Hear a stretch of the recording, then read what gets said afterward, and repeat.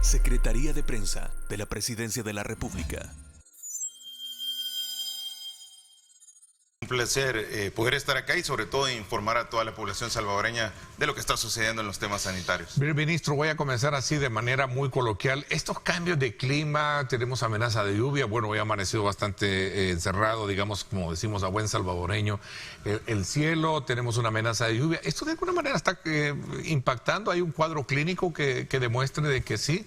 Estamos, sí, yo creo que los cambios de temperatura han estado demostrados por años y eso le dice la evidencia, cómo va afectando bastantes situaciones en la salud pública, en particular que tienen que ver no solo con el tema de los cambios bruscos de temperatura, sino que también específicamente con los cambios en los sitios en donde los pacientes, pues o las personas evidentemente están circulando. Cuando tenemos muchas lluvias, usualmente todas las personas tratamos de resguardarnos y eso facilita la distribución o la dispersión de ciertos virus respiratorios que hay que tener en consideración. Pero también esto nos afecta en ciertas situaciones, en particular como es el caso de las reacciones alérgicas a cambios climáticos. Sí, predomina más entonces el tema de resfriados, los problemas de garganta los estoy viendo frecuentes, ¿no? Eso es usual y los problemas de garganta tienen mucho que ver con los cambios bruscos de temperatura. Es usual que una persona pueda amanecer con dolor de garganta posterior a un cambio abrupto en la temperatura. Es usual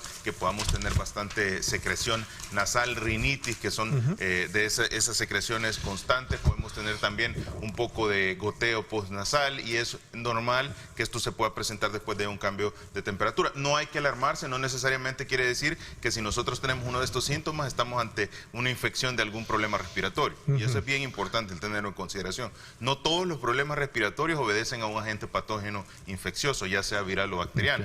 La mayor parte, en ocasiones, de la sintomatología relacionada a cambios bruscos de temperatura pueden deberse a situaciones de tipo alérgica y esas situaciones son bastante parecidas a una sintomatología común respiratoria. El COVID, digamos, siempre está ahí, pero ya no es motivo frecuente de atención. Qué bueno que lo tocamos. Sí, el COVID sigue estando ahí y va a estar para siempre, porque es una enfermedad que no va a desaparecer, forma parte de los virus respiratorios, pero qué bien que lo tocamos porque actualmente es una de las causas menos comunes relacionadas a los problemas respiratorios que estamos viendo.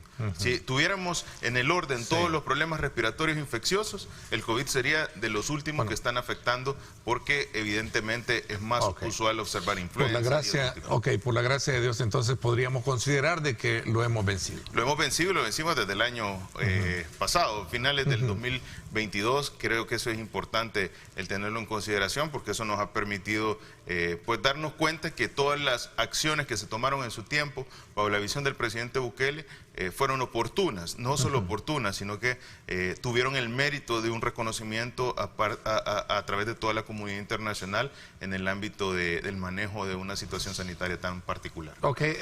Estadísticamente pueden haber alteraciones en esa digamos, estadística, porque hace poco tuvimos también, digamos, como movimientos de COVID. Sí, pero hay que definir cuando nos decimos movimientos de COVID, ese movimiento realmente era de COVID o era de enfermedad respiratoria. ¿Por qué lo digo así? Bueno, porque nosotros en cada instancia participamos con la información verídica de lo que está sucediendo y mencionábamos en todo momento que las diferentes elevaciones de casos que tuvimos recientemente fueron de problemas respiratorios en general, no necesariamente de COVID. Siempre este año ha predominado otros tipos de agentes patógenos que el COVID-19. ¿Eso qué quiere decir? Hay que tener en consideración que las enfermedades respiratorias no van a desaparecer. Las enfermedades respiratorias son endémicas. Lo que podemos observar es en qué particular parte del corredor endémico están. Y este año todas han estado controladas. Y esto es muy importante. No han salido de control las enfermedades respiratorias, a pesar que hay ciertos medios que han tratado de decir, no, es que las enfermedades respiratorias están en ascenso. En todo momento en nuestro corredor endémico hemos tenido una zona de seguridad importante en el corredor endémico, lo cual nos dice, mire, si hay enfermedades respiratorias, lo usual que hay todos los años, ¿verdad? No están los hospitales saturados de enfermedades, incluso la letalidad por neumonías está en el 5%. cuando el estándar internacional anda rondando entre el 13 y el 15%. Esto quiere decir que estamos en los parámetros más bajos posibles. Mire, ministro, ¿y este comportamiento es habitual? ¿Lo podríamos considerar muy domésticamente tratable o regionalmente es un comparativo que podemos tener que, digamos, esto está pasando en la región? Estamos en uno de los momentos en los cuales el corredor endémico nos dice, estamos dentro de lo regular, pero en lo más bajo posible. Y eso es bien curioso. En toda la región se ha estado observando enfermedades por influenza, enfermedades de catarros comunes, pero pocos países se escuchan ya con casos elevados de COVID-19. Sí, y eso es bien importante tenerlo, porque nos dice la fisiopatología de la enfermedad. Evidentemente estamos llegando a un momento en el cual la pandemia ya está fuera de control, ya está fuera del panorama. Ok, sin embargo nos da miedo escuchar noticias de que en China, por ejemplo, se están teniendo casos frecuentes y números elevados de casos de COVID, ¿no? Todo depende. Es el caso de China, ¿no? Hablo muy particularmente. Todo depende del análisis de los datos, porque si yo pongo un comparativo puro de un total de datos, yo por puedo población, decir que, bueno, y por población. Por población, el 1% de la población de China va a ser un montón de casos referentes cuando lo comparo con el número de millones de millones. Es correcto. Entonces todo tiene que ver con la valoración. Entiendo. A veces hacemos análisis de datos puros. Bueno, tantos casos presentó tal país, sí, pero su población son de tantos millones de habitantes. Entonces es muy importante que el análisis de los datos sea justo, sea equitativo. No podemos comparar manzanas con peras, tiene que ser manzanas con manzanas. Entonces es muy importante esa información, porque si no luego generamos una alarma o una información inadecuada para la población. Bueno, interesante. Yo creo que era importante el abordaje del tema COVID en el contexto de una situación como la que hemos tenido, que sin duda alguna va a quedar marcado en la historia de la humanidad, lo que representó esta enfermedad, ¿no? Y que bueno, no podíamos pasarlo por alto esta mañana.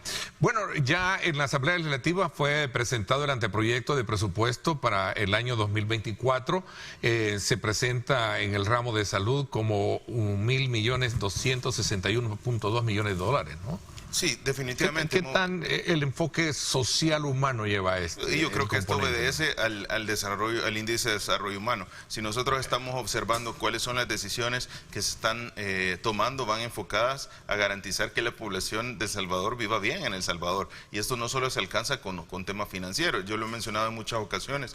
Cuando nosotros hablamos de qué tan bien está un país, no debemos hacer énfasis solo en la parte económica, debemos hacer énfasis en la parte de seguridad, en la parte de salud, en la parte de educación, que son los parámetros más fundamentales que marca el índice de desarrollo humano. Y en eso, si ustedes se dan cuenta, y la población lo podrá ver, en la apuesta grande para este presupuesto 2024 básicamente es enfocada a lo más básico y elemental que puede tener la población, garantizar la vida, y eso lo hacemos a través de la salud, a través de todo el marco normativo existente que respeta la vida, y por supuesto en inversión fuerte en seguridad, inversión fuerte en educación, que tiene como objetivo fundamental el que todos los salvadoreños vivamos bien. Yo creo que no es de nadie extraño que pues nos sentimos ahora los salvadoreños mucho más seguros. Nos sentimos los salvadoreños con un sistema de salud, con un sistema de educación mucho mejor, que evidentemente nos hace falta mucho por recorrer, pero que también ahora obedece y responde a las necesidades que la población puede tener. Y en ese marco, el crecer del presupuesto que teníamos de 600 millones para el 2018, presupuesto 2018, votado para 2019, 600 millones. Ahora, a 1.200 millones, estamos hablando que hemos duplicado el presupuesto de salud. Y eso traduce en que evidentemente vamos a observar los hospitales con más medicamentos, vamos a observar los hospitales con mejores equipos tecnológicos, vamos a observar los hospitales con más dispositivos e insumos médicos. Mire, antes era muy particular la característica en el cual llegaba un paciente y se fracturaba un hueso, ¿y qué era lo primero que necesitaba? Bueno, andar buscando la prótesis que iba a utilizar, el material de osteosíntesis que iba a utilizar, porque no había materiales de osteosíntesis para ortopedia, no había materiales de osteosíntesis para neurocirugía, no había materiales de osteosíntesis para maxilofacial. Ahora todo esto se está incorporando progresivamente y esto nos permite que ya la población no ande con la necesidad de buscar todo este tipo de dispositivos. Otro punto importante es la inversión millonaria que se ha hecho en el tema de imágenes y diagnósticos de apoyo. ¿Y esto qué quiere decir? Bueno, las tomografías, las resonancias, los estudios de brazo en C, todo este equipamiento parte del poder tener un presupuesto con las capacidades necesarias, en las cuales ahora no solo se está garantizando que estemos abastecidos, sino que también el sistema de salud tenga capacidad y pueda ser tan bueno o incluso mejor que el sistema de salud privado. A ver, ¿hay lleva algún componente de inversión o énfasis en algunos servicios en particular? Totalmente. ¿Este presupuesto? Sí, totalmente. Hay una inversión, y esto es bien importante que podemos tener en consideración cuando nosotros hablamos en el tema básicamente de inversión. Estamos hablando con un presupuesto que tiene 145.9 millones en inversión. ¿Esto qué quiere decir?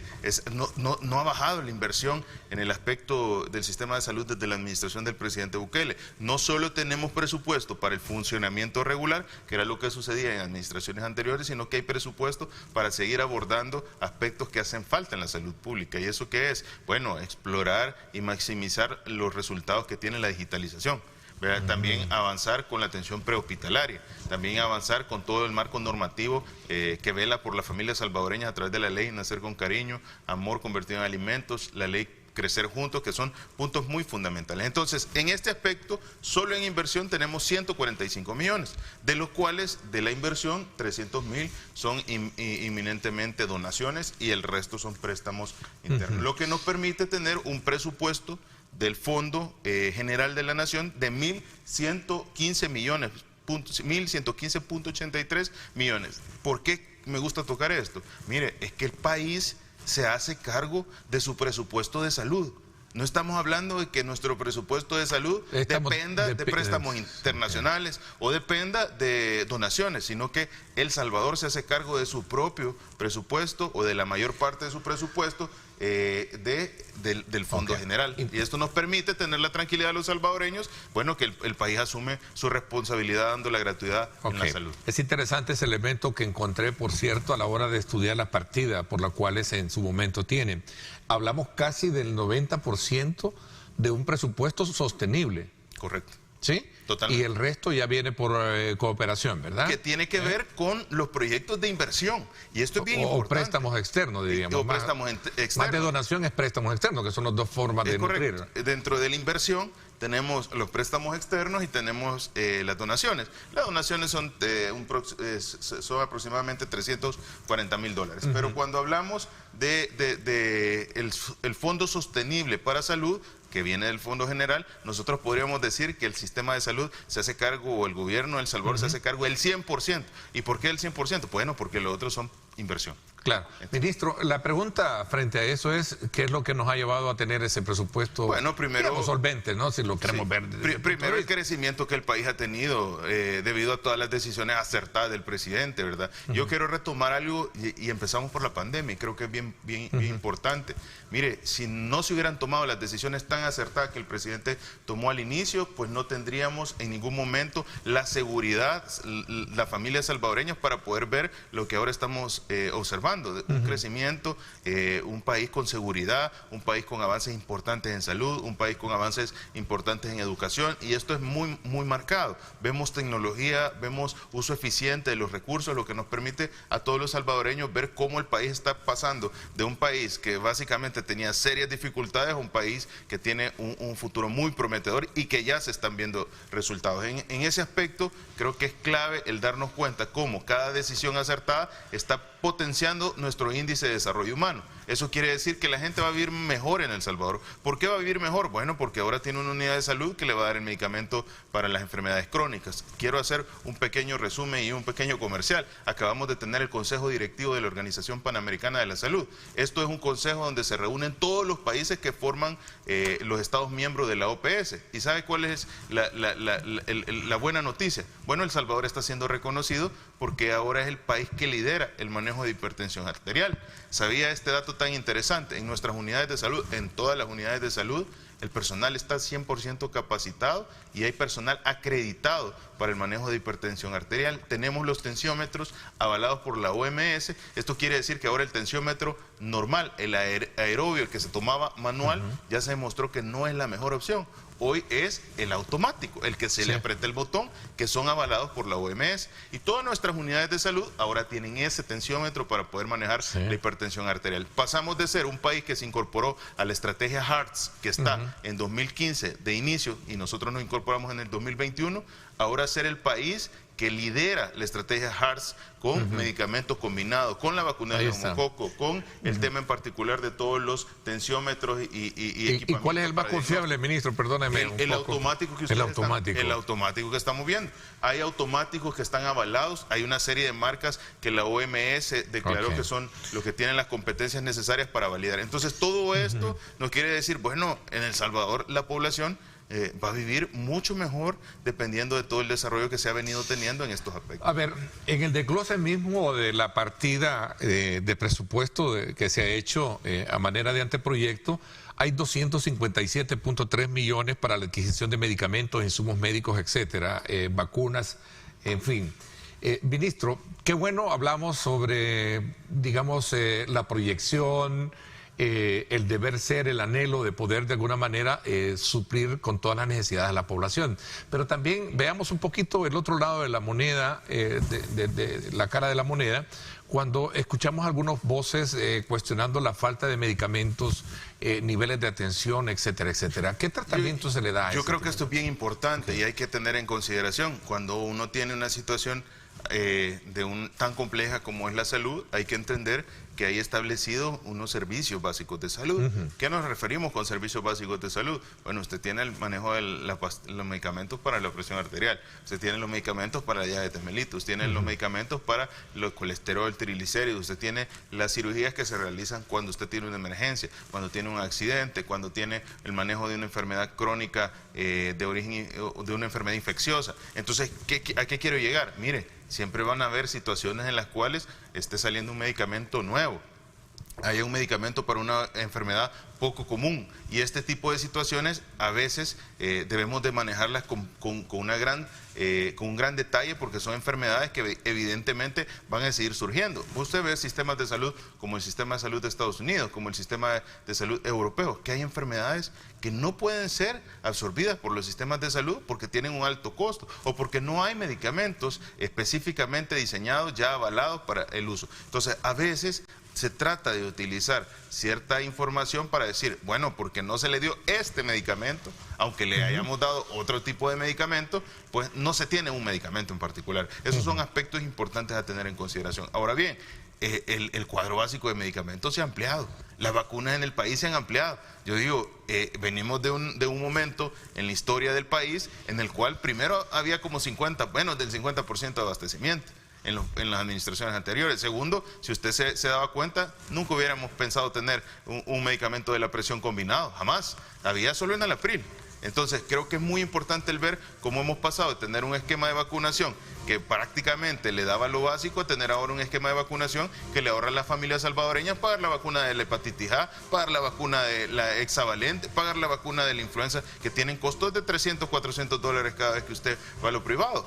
Digo, no estamos a donde queremos, pero definitivamente hemos avanzado mucho para el beneficio de la población. En los servicios, nosotros necesitamos tener hospitales, no solo en la capital, necesitamos tener hospitales robustos en todo el territorio. Es por eso que ahora los hospitales de Santa Ana, el hospital de San Miguel son pilares fundamentales para poder garantizar que la atención que recibe la población sea de calidad y que los servicios especializados no solo estén en un área del territorio. Es por eso que se ha fomentado el crecimiento. El Hospital de San Miguel tiene actualmente uno de los tomógrafos más avanzados, y esto es muy importante el tenerlo en consideración: 128 cortes, Usulután con 64 cortes, el Hospital de Santa Ana con un nuevo tomógrafo también importante para poder brindar a la población de toda esta región una atención de calidad, y por supuesto de esa manera no solo recurrir al Hospital Rosales, que por años ha sido uno de los hospitales que más atenciones ha dado. Ahora, con la venida de este nuevo hospital vamos a tener nuevas especialidades y sobre todo nuevas atenciones que antes no se brindaban,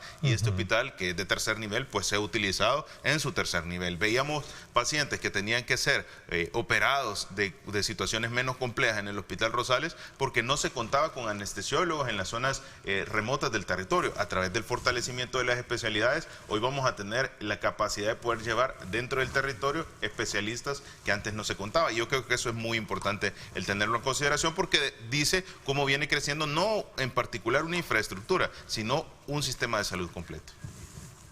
Vamos a ver, tenemos preguntas del público, me dicen en producción. Buenos días, quería preguntarle al ministro si el escalafón se dará el próximo año.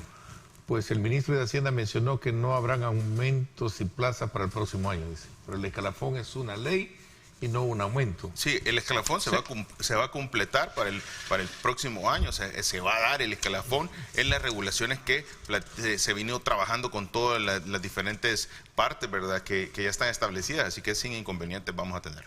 Ministro, el tema de la vacunación, el cuadro clínico de vacunación también representa uno de los principales énfasis que lleva el presupuesto. Cuéntenos un poquito sobre ello y cuáles son las nuevas novedades que esto lleva. Sí, el cuadro de vacunación ha sido totalmente cambiado el esquema de vacunación. Hay que entender que el esquema de vacunación no solo le sirve a los niños, sino que funciona también a los adultos mayores, que funciona a las poblaciones de grupos vulnerables, mujeres embarazadas, y esto es muy importante.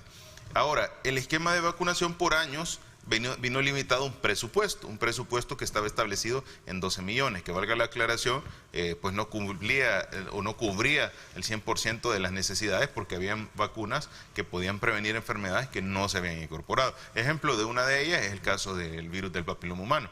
Todos sabemos que ahora el principal agente causal del cáncer cervicuterino es el virus del papiloma humano. Nunca se había incorporado esta vacuna. Y tiene más de 10 años de existir esa vacuna que previene contra el cáncer cervicuterino. Y eso es muy importante. Ahora, con la incorporación para este presupuesto que ha venido dado a través de la Hacienda Pública, y que agradecemos siempre al Ministerio de Hacienda por todo el apoyo que nos viene brindando al sistema de salud, ahora tenemos la capacidad de contar con un presupuesto y primeramente Dios ha aprobado este presupuesto de 25 millones que van a servir para la incorporación de estos nuevos biológicos, que valga la aclaración, no solo es en número de vacunas lo que se incrementa, sino que en la calidad de las vacunas que se le están dando a la población. Antes se utilizaban vacunas de tipo celular y ahora se utilizarán vacunas, y ya se están utilizando vacunas de tipo acelular. ¿Y cuál es la diferencia? Si nosotros tuviéramos la vacuna más pues menos avanzada y tenemos la más refinada, podemos decir que El Salvador ha migrado su esquema de vacunación a las vacunas que son más refinadas para que produzcan menos sintomatología a la hora de aplicarlo en el paciente. Se incorpora la hepatitis A, se incorpora la varicela, incorporamos la vacuna del neumococo de 23 valencias, incorporamos la vacuna también de hexavalente, que son vacunas fundamentales que nos permiten pues tener mayor seguridad a la hora de poder prevenir ciertas enfermedades que por años pues no se habían contemplado. Tengo una pregunta, me dicen, buenos días, hay campaña de fumigación para evitar el dengue. ¿Cómo está el tema del dengue? En el país hermano Honduras hay una situación crítica de casos. Sí, yo creo que es bien importante ver, nosotros hemos implementado una estrategia de prevención contra el dengue que no solo está establecida básicamente una vez al año, sino que se viene realizando todo el año, y en ese sentido básicamente estamos en una zona de éxito. Todo el año ha permanecido el corredor endémico en una zona de éxito. Los salvadoreños pueden tener la tranquilidad que, a pesar que los países de la región centroamericana que se están viendo actualmente afectados por el dengue, y todo el año ha sido afectada la zona de Sudamérica por el dengue, nosotros no hemos tenido afectaciones porque se ha implementado una campaña anual de combate contra específicamente este vector que es el Aedes aegypti. Y quiero hacer una mención importante: llevamos más de 3 años ya, más de 3 años de no tener muertes por dengue. Eso es importantísimo, porque por años el dengue fue uno de los casos que más dolor generaba en las familias. ¿Por qué cada vez que tenemos una participación o una entrevista en medios de comunicación sacamos el tema del dengue? Porque históricamente ha sido parte del cuadro clínico. Porque históricamente ha sido parte de las afectaciones que han generado. Del grado de mortalidad, sí, o sea, porque ha estado dentro de las estadísticas de mortalidad, ¿no? Es correcto. ¿Y por qué nunca preguntamos por el catarro común? Porque el catarro común no mata. Preguntamos por la influenza, por la neumonía, pero por el catarro común no. Entonces, si ya tenemos más de 3 años de no tener una letalidad por dengue, esto quiere decir que las cosas se están haciendo bien. Ok, y vamos a hablar de 2 temas que no quiero pasar por alto, que es el tema de que hoy, este mes, se está de alguna manera realizando actividades en la lucha contra el cáncer de mama, ¿no? Y me gustaría un poco también ver el énfasis y de otro problema que a mi criterio, no lo voy a bajar así, que es un cáncer que está ahí, el tema de la salud mental. Sí. Yo creo que es importante hablar de eso. Tengo una pregunta acá, un reclamo, según me dicen, es sobre maltrato en las unidades de salud y particularmente hablan de la unidad de salud de Olocuilta, dice. Particularmente, ¿no?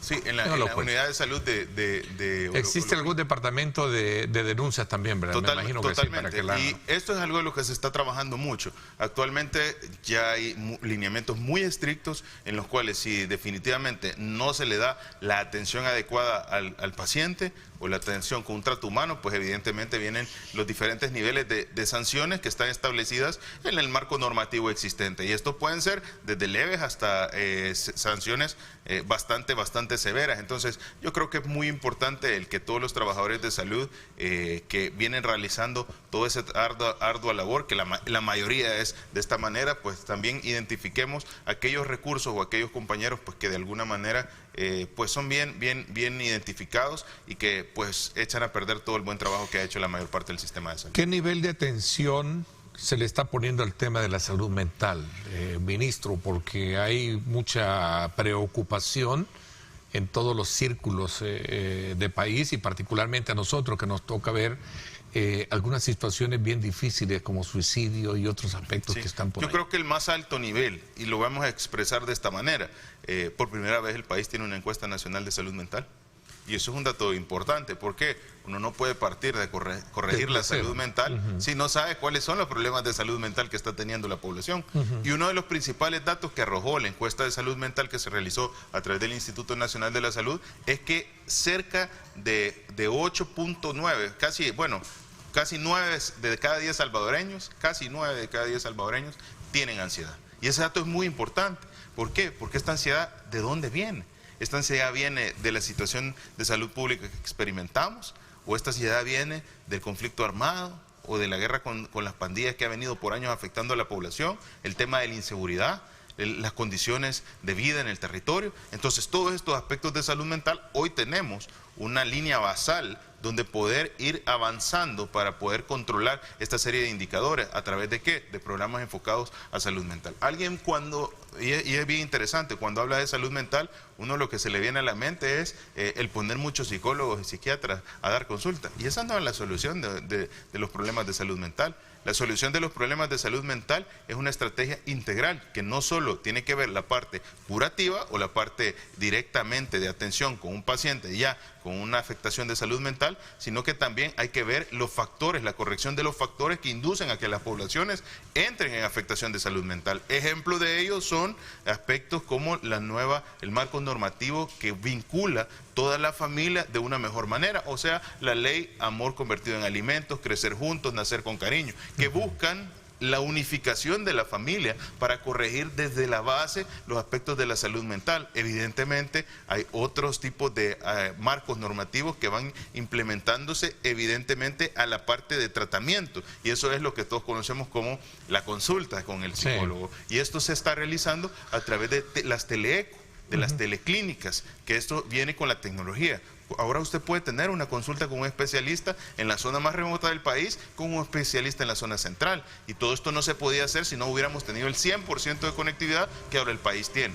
Bueno, lamentablemente el tiempo se nos agotó, pero creo que este tema en particular debe de ser atendido y sobre todo también llevar consigo una serie de aspectos que le permitan estimular, educar, incentivar a la población para que cualquier tipo de sintomatología que tenga que ver con ese factor, digamos como generador de ese problema de salud mental que es la ansiedad, pueda ser tratado, ¿no? Total. Porque ahí tenemos el caso muy específico de suicidios, ¿no? Sí, totalmente. Y yo creo que hay que hacer mención en algo bien importante. Hemos visto cómo recientemente han venido los diferentes representantes del tema de Google al país y que nos va a permitir hacer el uso de sus herramientas para poder de esta manera acercar todavía más los servicios de salud de manera digital y poder tener el control de ciertas afectaciones tan importantes como son las afectaciones de salud mental en el país. Cáncer de mama, se nos quedó pendiente, pero pero sé que hay mucho avance en el diagnóstico, mucho avance en el tratamiento, incorporación de nuevos medicamentos